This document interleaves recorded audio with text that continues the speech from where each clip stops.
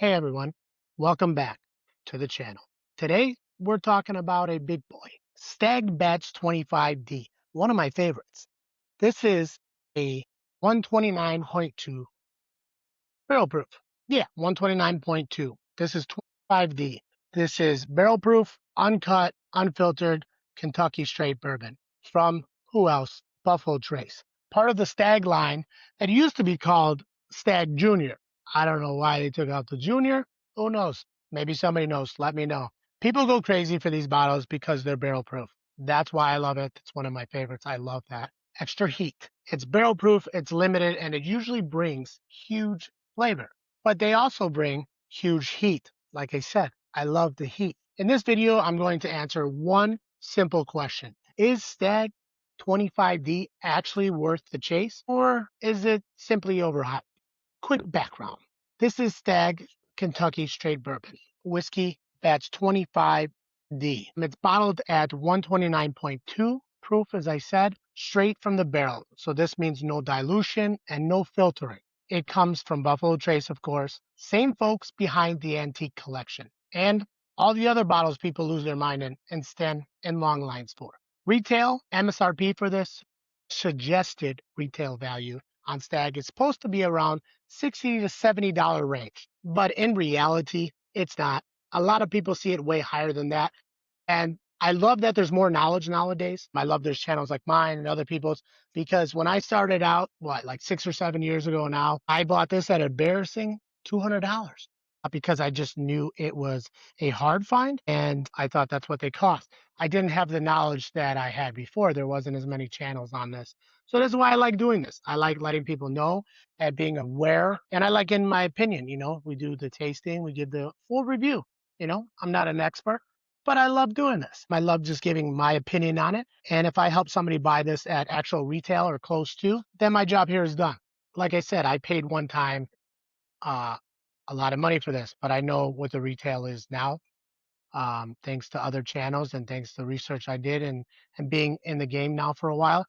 And I paid for this one $74, and I'm okay with that. Like I said, it's in that 60 to 70 range. I think $74 is good for that. That's the number I've got in my head while I'm tasting it. So we're gonna go at that 74 price. Is it worth it or is it overhyped? All right, let's pour this bad boy. I love too on here how they make it really easy to open this with this little tab and you just peel it. A lot of the bottles, maybe it's just me, really hard, especially get the plastic ones where you gotta rip it down in the middle. It's annoying. I don't know why. So let's give it a pop. Yeah. Let's give it a pour. Just opening it, like on the first initial, is the first time I cracked it. The smells are coming out already, baby. Let's put this here. All right. Like I said, let's pour it. So now we're going to go into, first thing, the look. Just by looking at the color is deep and amber. Looks like it spent a lot of time in the charred oak. You know what I mean? Exactly what you would expect from Stagg. This looks just like a normal Stagg. And this is what you expect from high proof Buffalo Trace. You get that dark amber, good crystal clear amber color in there. I love that color. It's beautiful. All right. Now on the nose, I'm going to take small sniffs with the mouth, a little open. Find, because it's 129.2 proof. This can nuke your fucking nose if you go too hard. And I got a big nose, so sometimes I go too hard. So you just hold it back, a little sniff, mouth open. I feel the mouth helps. This is just my experience. You can do what you want. When you leave your mouth open a little bit, it tends to, kill the burn from the vapors. Man, immediately you get the ethanol, of course, but immediately I get vanilla. Then it goes to dark caramel and toasted oak right away. Immediately. There's definitely some baking spices in the back there, a little black pepper in there. And after a minute, you start to pick up a little dark fruits, maybe some cocoa. And I normally, when I get cocoa in drinks, I normally don't. And I don't think I've ever gotten cocoa in Stag before. Some reviewers have said that they get hints of grilled pineapple and lemon candy late in the glass. I mean, I guess I could see that, but I don't smell grilled pineapple a lot. And I can't say that I like lemon candy. But I could see, like, if you suggest it, that's another thing. Come up with it yourself, because if you suggest it and you hear a lot of reviews, you'll find it. And like I said, I could see a lot of that brightness if I really hunt for it. Time to taste. First sip is just to wake up the palate, you know what I mean? To introduce it to that 129.2.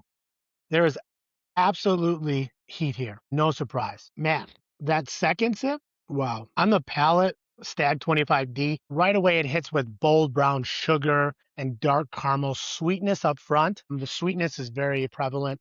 And then a wave of like charred oak and peppery spice. That baking spice we talked about earlier definitely hits. There's some dark fruit in here in the background for sure. But this batch leans more towards oak and cocoa. And then, the spice, the big juicy fruit, at least to my taste. And like I said, I don't really like the cocoa. It's in there, but it's kind of working for me. I just love that juicy fruit spice that it delivers a lot. I think it's a little thinner than I expected and a little drier. Doesn't really coat the palate that well. Usually Stag gives the whole mouthfeel, coats the palate very well. Some people have said that this batch feels a little younger and thinner than the other Stag releases, and I kind of get what they mean on that. It's definitely lighter on the palate. I mean, not on the palate in spice weight, like lighter on the palate and like viscosity. It's doesn't coat the palate very well, dries up real fast. Now let's get into the finish. Finish is long. It's warm and it's oak forward for sure. I love Stag because it does the oak forward thing. Sometimes people can be turned off by that, but it does oak forward very well. I don't know if it's because it's so hot, but the oak forward is just phenomenal. There's no oak forward like Stag, and I'll die on that hill. I 100%. It's one of the reasons I like this. Sometimes the oak forward on finishes can be a little harsh. I mean, it's smooth. The finish is hot. Don't get me wrong. I get lingering oak. That cocoa's still there, but it's still working. And spice that hangs around for a while. It's definitely a long finish. It definitely lets you know it's barrel proof. This is not a gentle bourbon. And if you're just getting into it, this is not one I would recommend because you have to get used to that Kentucky hug. And this bottle does it better than most. Something comparable to this, maybe the Coy Hill kind of, but that's a lighter finish. It's close to. I mean, anything hazmat can can give you that. But this is not your starter bourbon. On the plus side, though, Stag 25D gives you the classic Stag experience: big proof, dark caramel, toasted oak, brown sugar, and a long, powerful finish. Like I said, it's uncut and unfiltered, straight from the barrel, which a lot of people love because you're getting maximum flavor and intensity. It's how it's supposed to be to me. I think that's the full experience, and I don't think you get other experiences, but this is one of the best that I've had. I love this experience. They do it very well with the Stag brand. On the downside, it's this particular batch has gotten some mixed feedback, and I kind of see their point. Some tasters say 25D feels a little younger and thinner than other Stag batches, and but with more heat and less sweetness and not as much depth, as the past releases or the best releases they've had. I definitely feel that this was rushed. I don't know how many years this was aged. I don't think a lot of time was spent on this batch for sure. It does taste a little rush. And when I say rush, you get, like I said, some of the classical experiences. It's definitely hot. It's definitely barrel proof, but the viscosity isn't there. Some of the flavors you always get are there, but it's just lacking in the experience part that you normally get with a great batch of Buffalo Trace. I mean Buffalo Trace, sorry, with a great batch of Stag.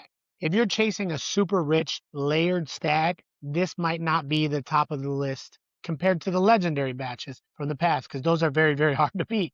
Those are great. That's why I love Stag. And I feel like maybe I've had those and I just have that in my mind and I don't accept anything else when it comes to Stag. Now, let's get to the big question though.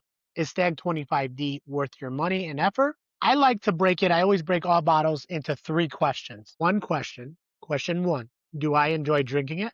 For me, yes, I do enjoy it. It's intense, it's bold, and if you're into high proof bourbon that brings serious oak and spice, this is absolutely what you should get, and it scratches that itch.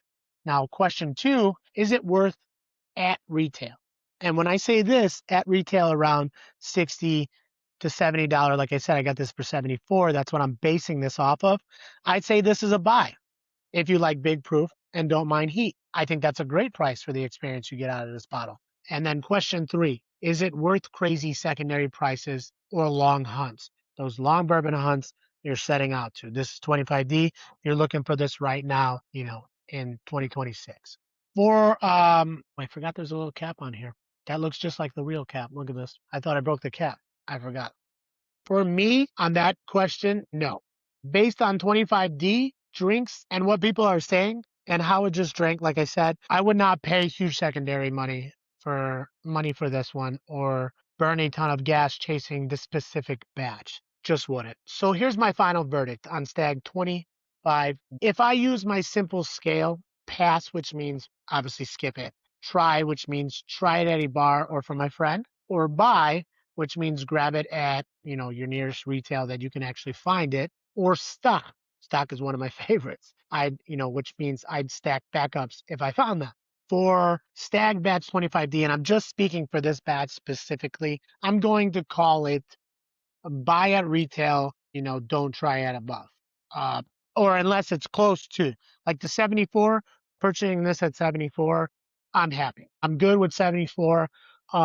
Highest I would go on this is maybe I wouldn't go any higher than $95 for this. This specific batch, some of the better batches they've had of Stag, I'd get up there. But I mean, I still wouldn't even give it past 115. Sorry. That's my opinion. It's a fun, powerful pour with classic Stag notes, like I said, of caramel, dark fruit, oak, and spice, but it doesn't feel like an all-time great Stag batch. It just doesn't. That I'd go insane hunting. I've had better, but not lacking the full, normal experience, which is kind of good, And if you never had Stag and you're trying to get into higher proofs, at $74, like I said, absolute purchase. Now I want to hear from you guys. Let me know what you guys think. So you've listened. Thank you. I appreciate it, by the way, listening to what I have to say about it. And that's what I love about this community, and that's what I love about doing videos. This community is very vocal, and I've met a lot of people and I've learned a lot of things. People are very knowledgeable. Like I said, I've only been involved 6, 7 years. Very knowledgeable. I've met some good friends. Some people have sent me some samples of great bottles, and I've done the same back. It's just a great community, and I can't preach it enough about the community. The community is everything. Guys, we are awesome. All walks of life. Just talking about the juice. Like I always say, enjoy what you drink. It's always about the juice, not about the name, not about, the hype. It's just some things part of the hunt, and it makes it more fun. Makes it cool.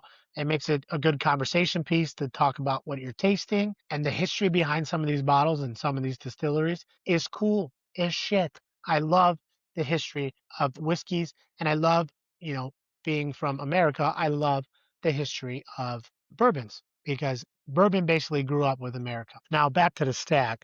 Like I said, I want to hear from you guys. If you've had Stag 20D, drop 3 words in the review or in the comments. For example, when I say 3 words, all heat, no sweet, or worth the pain, or thin but tasty. If you haven't tried it yet, tell me which Stag batch you think is best, or which one I should hunt for next, or which one you think is your absolute best that you ever had. Not what you heard, what you actually believe, and what you've actually tried. If you like honest, straight up bourbon reviews with no snob talk, no high society bullshit, hit like and subscribe and turn on notifications so you don't miss the next bottle. The next one I'm going to do, I think I'm going to find I have another Stag batch. I think it's batch 18. I'm going to do a review on that and compare it to this one to see if batch 18 is one of those greater ones.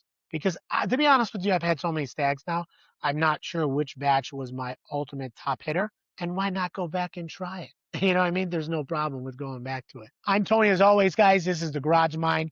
This was Stagg 25D. I'll see you on the next pour. Peace.